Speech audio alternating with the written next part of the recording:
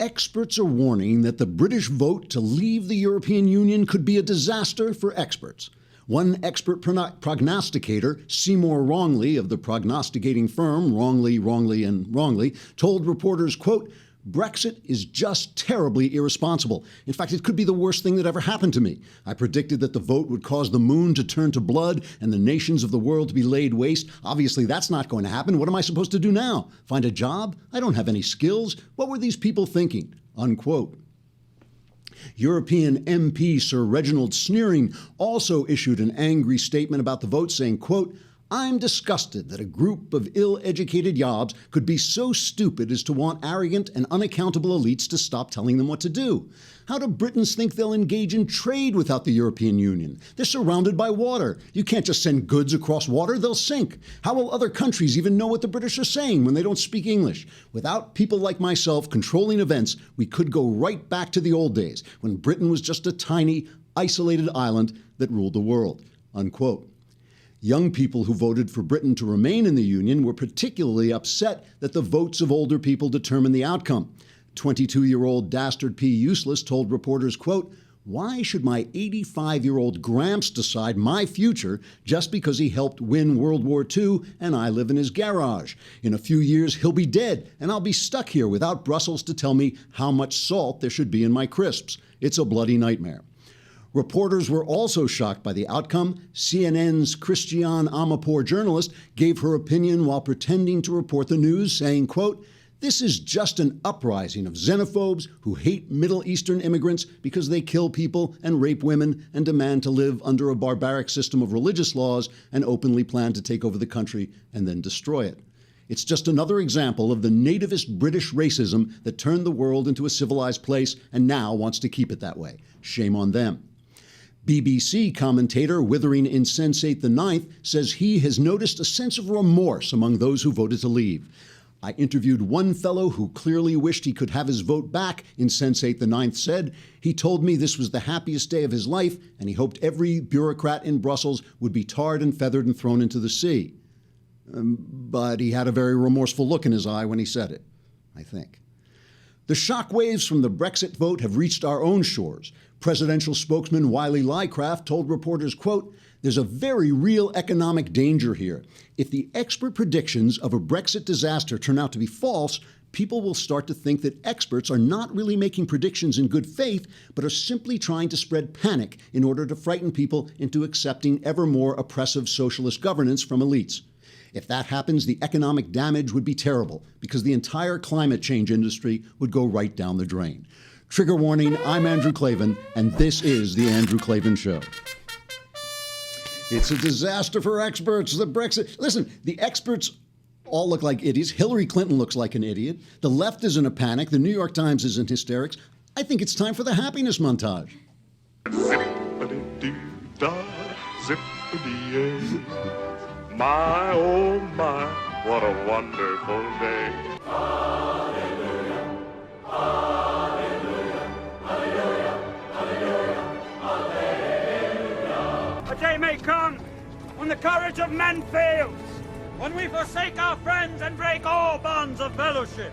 But it is not this day. Yay! Mr. Bluebird's on my shoulder. It's the truth. It's actual.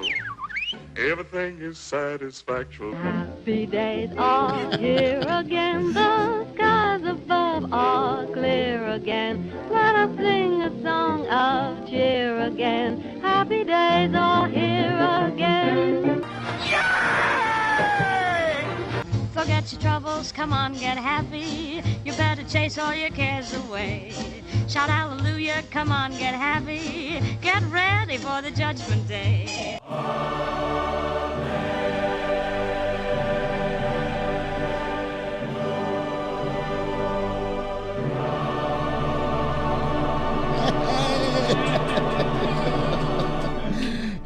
It's not that we're overly pleased to see a bunch of bureaucrats get it in the neck.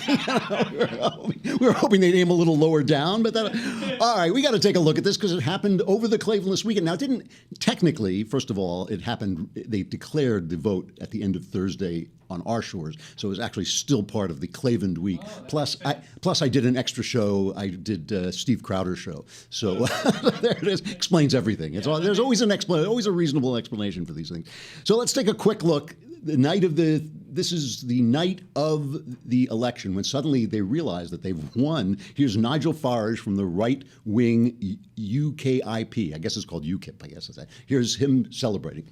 Dare to dream that the dawn is breaking on an independent, united kingdom.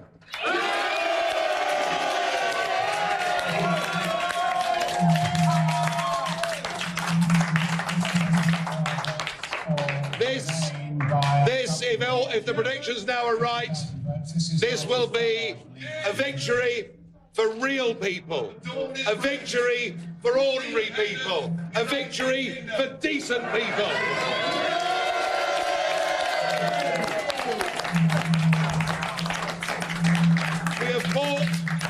We have fought against the multinationals, we fought against the big merchant banks, we fought against big politics, we fought against lies, corruption and deceit, and today, honesty, decency and belief in nation, I think now is going to win.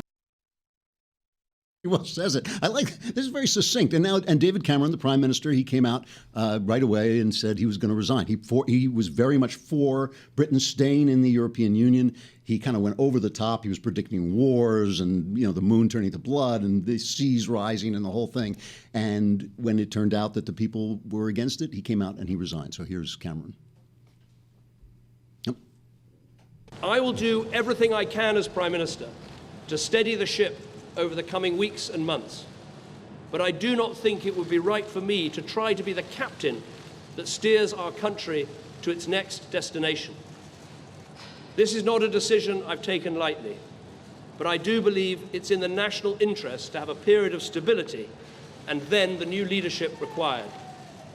There is no need for a precise timetable today, but in my view, we should aim to have a new Prime Minister in place by the start of the Conservative Party conference in October.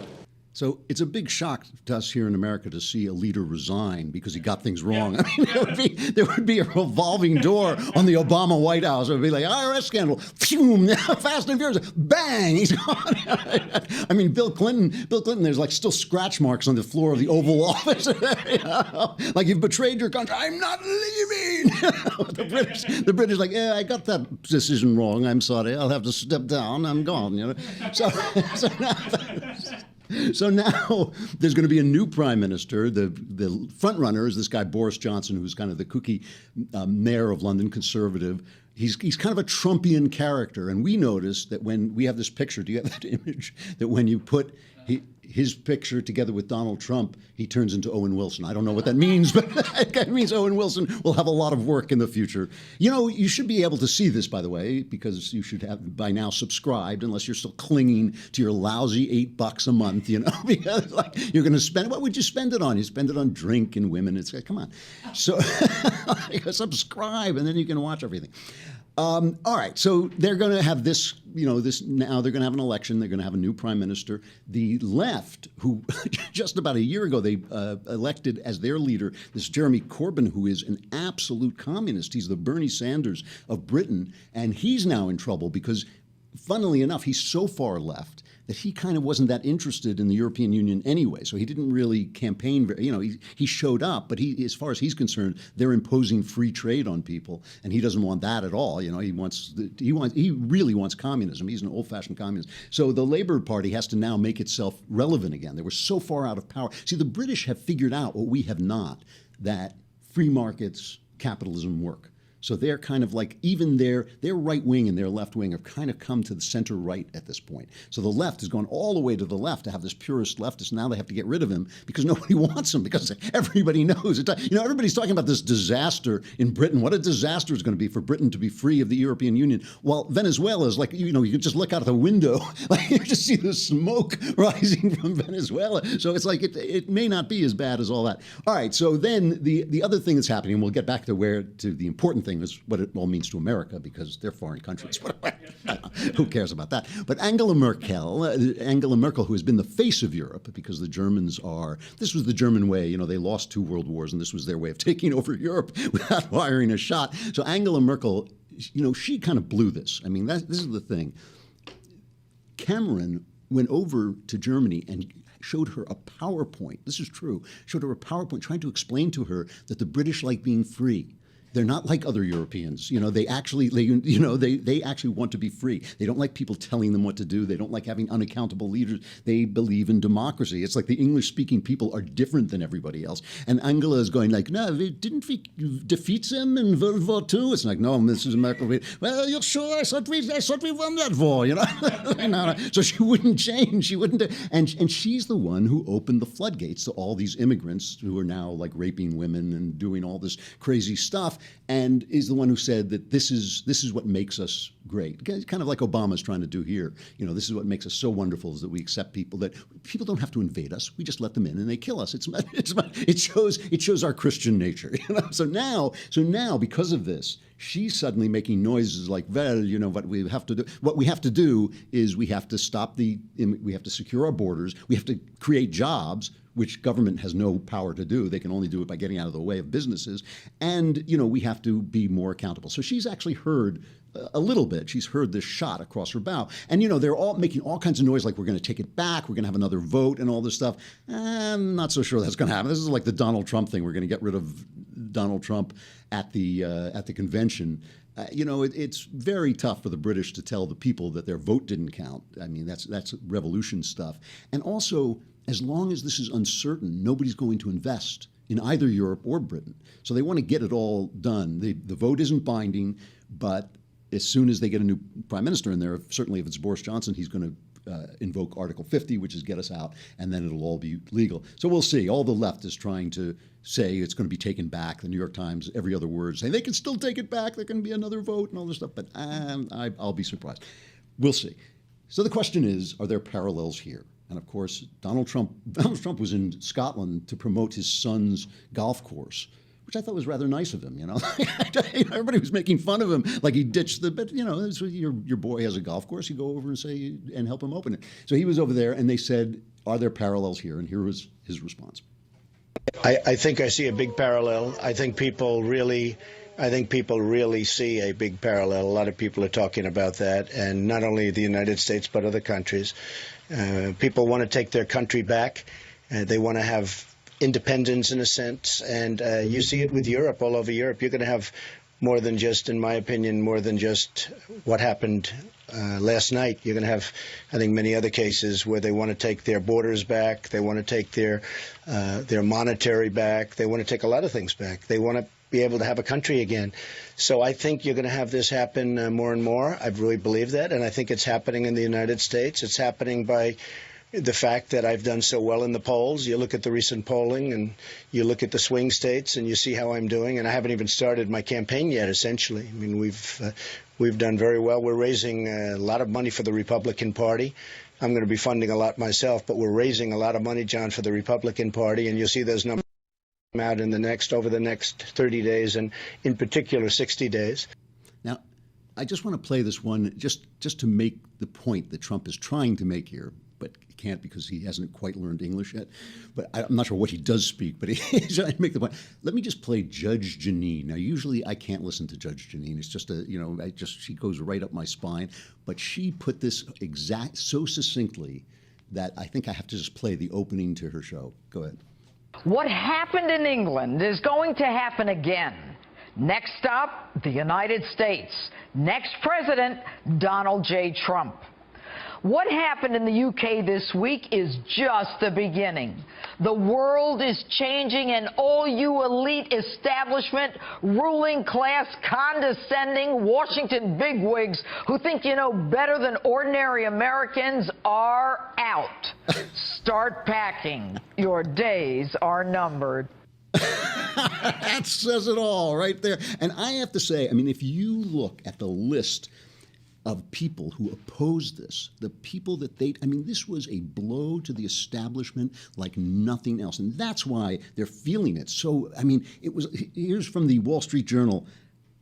voters defied the impassioned and unified opposition of the leadership of all 5 major political parties. They rejected the advice of more than 1,200 corporate CEOs, including half the chiefs of the FTSE 100 companies who wrote to the Times newspaper last week urging rejection of Brexit. Banks in the City of London, one of the world's major financial centers, along with the Bank of England, the country's central bank, and most of its influential think tanks and academic institutions, warned of the risk to the UK's economic security. A procession of eminent foreigners from most heads of European governments to James Dimon, the CEO of JP Morgan Chase, had urged the vote to say.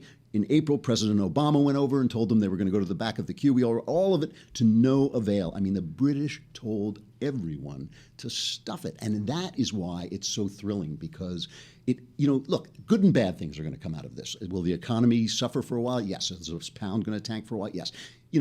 But who even knows how long that's going to happen? The smoke is going to clear, and suddenly people are going to say, so we'll make trade deals. It's the British; they're the 5th largest economy in the world. Nobody's going to throw them into the North Sea. It's going to be fine. They're going to work it out. Things will steady. Everything will calm down, and then people are going to say, oh, we get it.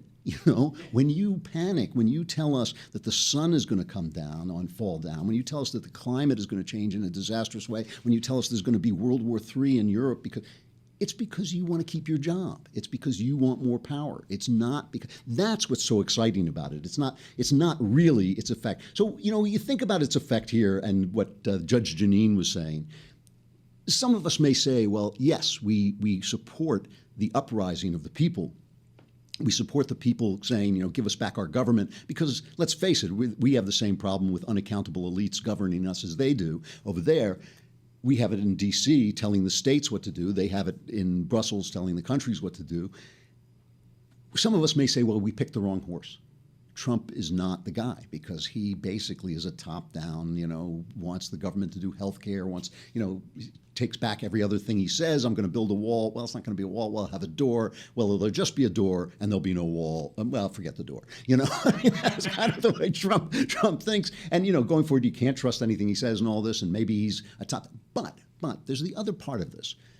It's really, really clear what Judge Jeanine said is what all of us are thinking. It's what I was thinking. When I was thinking, you told the elites to get stuff. Did you remember the tar and feathers? Did you remember to throw them into the Thames? And while they were floating down, did you remember to pelt them with rotten fruit? Because that really is fun, it's kind of like playing whack-a-mole every day. I think our anger at these people, justifiable anger. They keep saying, well, it's angry white men. It's like, yeah, maybe. Well, I don't have to apologize for my color or my sex. And the anger is justified. These people don't know what they're doing, and they're being overweening and arrogant and intrusive. And they need to be told to go away. And I think that there's just something incredibly exciting. So my point is simply this. This could start to define Trump's general campaign. His campaign against the Republicans was this kind of, slash and burn, insult, bullying campaign. But Brexit and the ideas behind Brexit and the idea of taking your country back and throwing out the elites could define his campaign, could start to give him a theme that he has been kind of floundering around ever since his nomination, could start to show it. Paul Manafort, his campaign manager, came out and he put it very well. What happened with Brexit was people taking back control. Again, the faceless bureaucrats in Brussels and Strasbourg who have ruled and told the Brits how to live, and making promises to them that their lives would get better, and talking about a future based on globalism versus the family and the individual and local community. That's what Brexit was all about. And the reality is those are the same issues that have caused the angst in America today. And this election in 2016, where Donald Trump is the only change agent, is set up perfectly on those same themes, because Hillary Clinton is the epitome of the establishment. She's been in power for 25 years. And the issues, the promises of that globalism is the solution, the promise that government's going to make your life better if you just give up your freedoms, the promises that we know better than you on how to make your lives better, have been rejected. That's what Donald Trump has identified.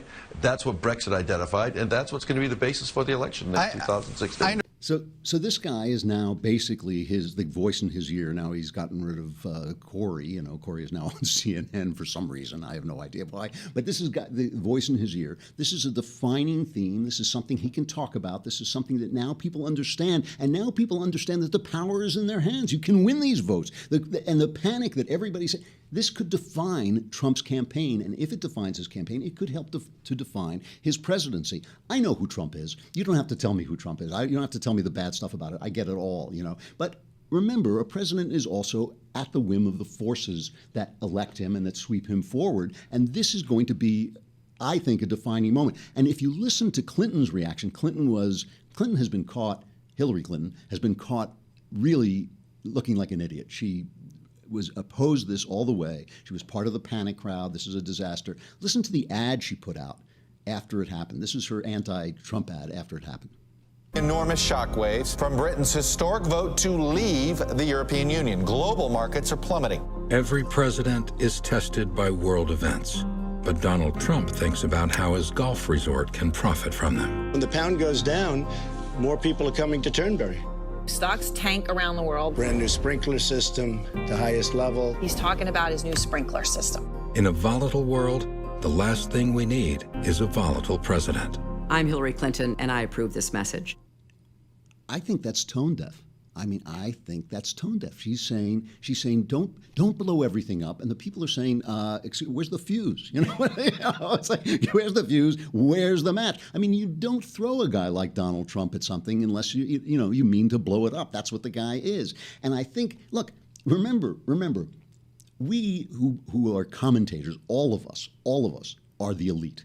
That doesn't mean we're elitists. That's different. These guys are elitists. I'm not an elitist. I believe in the people. I believe that the people know better than I. I believe that a guy who knows how to fix a car knows how to fix a car better than I do. I believe he should run his own business. I believe people should run their own lives. So I'm not an elitist. But yeah, am I the elite? Sure I am. You know, of course I am. I'm a highly educated guy who has elite concerns and thinks about elite things and all this stuff. So when I look at Donald Trump, I am horrified. And part of that is class. Part of that is the guy just seems to be like a thug, you know. He just but I'm listening to the people, you know. I get it. I get what they like about him. I understand what they like about him. And it may be, look, let's hope he's better than I think he is. Let's hope he can win. First of all, let's hope he's a better candidate than he appears to be. The polls now, one poll came out yesterday saying he was 12 points behind, and another point came out saying he was 6 points behind, and all of which gets closer when you include the other candidates who will be in the race. So I don't see why they don't include them anyway. You know, when you include Gary Johnson and all that.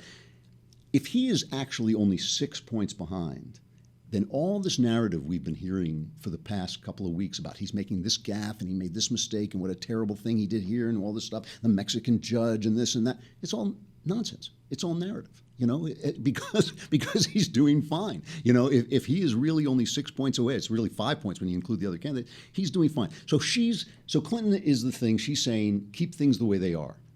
That's what essentially she's saying. But listen to what, you know, she's made so many terrible mistakes. Not just, you know, Libya and Benghazi and the emails and all this stuff. The AP just did a review. Thank goodness somebody's paying attention to this, because the mainstream media is basically paying something like 8 times more attention to every gaffe Trump makes than all the stuff that Clinton has done. But the AP did a review of Clinton's calendar, her after-the-fact official chronology of the events of her 4-year term, okay? This is her after-the-fact, this is what I did. And they found at least 75 meetings with longtime political donors and loyalists, Clinton Foundation contributors, people who are giving her money, and corporate and other outside interests that were either not recorded or listed with identifying details scrubbed. So all these people were buying influence from her and going in and talking to her, and she's got the big eraser. I'm taking this, forget about it. He wasn't there. You know, it's like just exactly what Barack Obama is doing with Muslims. You know, basically, I'm erasing the Muslim part of the terrorism. So all this stuff, you know, like she's got nothing to sell. She's got nothing to sell. And the only thing she's got to sell is that she's not Donald Trump. And that's going to be a big deal, because Trump, you know, is a guy who shoots himself in the foot, and he's got a big mouth, and he's, you know, a loose cannon. But if Brexit defines his campaign and gives him the themes that he needs, a lot of that could turn around. If you want to know, you know, is the left hearing any of this? Are they getting it? Does anybody get it? You know, I always make fun of David Brooks at the New York Times, Knucklehead Row, the op-ed page on the New York Times. But he is the epitome of an elite. Listen to his reaction to this. Well, in country after country, we're seeing a conflict between what you might call urban cosmopolitans and less well-educated ethnic nationalism. And ethnic nationalism is on the rise. And I agree with everything that Ivo, Richard, and Margaret were saying. But it should be said, and I lived in Brussels for 5 years at the Maastricht Treaty when all this was coming together. And the elites, as much as I hate the fact that the UK is going to leave the EU, the elites, in some large degree, brought this on themselves. There was built into the European unification project an anti-democratic, a condescending, and a snobbish attitude about popular democracy. And secondly, and this is also true here, and I'm as pro-immigration as the day is long, but we've asked a lot of people who are suffering in this economy to accept extremely radically high immigration levels. And we've probably overflooded the system. And so while it's easy, and I do condemn the vote to get out, a little humility is in order on the part of the establishment, frankly, that we've flooded the system with more than it can handle. And secondly, we've not provided a good nationalism, a good patriotism that is cosmopolitan, that is outward-spanning, and that is confident, and therefore a bad form of parochial, inward-looking Trumpian nationalism has had free reign. It's like a little beam of light is kind of penetrating the wall of his elitism. Just this little bing, you know, I see something's happening. Maybe we did a little thing wrong, and and they always come back to the same thing. Obama does this too. So we didn't communicate our point of view, as opposed to our point of view is wrong. Our point of view is not what the people want. It's the people's country. It's not his country. It's not my country. It's everybody's country. It's the guy. It is your country, and these guys just do not get it. You know, the thing about this is, why is it so hard for them to, this argument has been going on since the country began, right? The Federalist Papers are all about, we need a strong central government. And people say, no, we don't want a strong central government. We want to govern ourselves. The Constitution was kind of the idea of how everybody gets what he wants. You get a strong central government, which we need, but it is limited by these rules, right? And so when you have guys like Obama and the left in general who throw the Constitution out, when you have a guy who says, oh, well, I'm going to change the status of 5 million illegal immigrants. And the Supreme Court just barely said, you can't do that. And he's like, well, that's not who we are. Yes, it is. It is who we are, that you can't do it. It doesn't matter whether it's right or wrong. It's you can't do it. You don't have the power to do it. The problem with government is the same problem with fat people. Okay, it is harder when you are an obese person. It is harder to lose weight than to give up heroin. It is harder to lose weight than to give up cigarettes. Why? Think about it for a minute. When you give up, I gave up cigarettes. The only thing I've ever been addicted to, besides my wife, is cigarettes. I gave up cigarettes. It's hard. It's harder to lose weight. Why? Because you have to eat. When you give up cigarettes, you stop. Right? You just stop. There's no cigarettes. Forget about it. But you gotta eat. And the same thing is true. I mean, if you were an alcoholic and you said, well, you have to have a glass of wine a day, you'd never be able to beat your alcoholism. You beat alcoholism because you stop. The same thing is true with government. You need some government. We need some regulations to keep our meat healthy, but we don't need them screaming that the sky is going to fall if we drive our cars around. You need things to give people rights, but we don't need them governing how many black people and how many yellow people and how many, and how much women get paid and how much they can't stop eating. The government is a great big fat man who can't stop eating, and Brexit is a little bit of an enforced diet. Brexit is a little bit of fat shaming, a little bit of stop stuffing the cake of power into your fat face, or as the British would put it, shut your pie hole. And we love it, and thank you, Britain. All right, stuff I like. We're going to do British movies this week. We're going to do British movies that are among the greatest films ever made. Okay, they're really only a few. I mean, the British made some wonderful films, but the greatest films ever made is Tall Order. This film I have mentioned a number of times, but it has never made the stuff I like. I've mentioned it in context of stuff I like. It may be if I had to pick a favorite film, if you said I could only watch one film for the rest of my life, it might be this film. This is The Third Man. It's directed by Carol Reed, who was a guy who was very much inspired by Orson Welles. It has Orson Welles in it and Joseph Cotton. It is based on a Graham Greene, one of the fine novelists of the last part of the last century. He wrote the film, and to give the film, to make sure he understood the film itself, he wrote a novella first, which he didn't mean to publish. Ultimately, they did publish it, but it's a very rich, textured movie. It's a thriller about a goofy American pulp writer. He writes westerns, who goes over to occupied Vienna right after the war to looking for a job, and of course is swept into the intrigue and craziness of the post-war Europe. And it's a very classic European theme of innocent, dopey Americans being swept into the complex world of European diplomacy. And it's beautifully shot, beautifully acted, beautifully written. Here's one famous quick moment where Orson Welles is teaching an American the European view of history. Well, what the fella said. In Italy, for 30 years under the Borgias, they had warfare, terror, murder, and bloodshed, but they produced Michelangelo, Leonardo da Vinci, and the Renaissance. In Switzerland, they had brotherly love. They had 500 years of democracy and peace, and what did that produce? The cuckoo clock.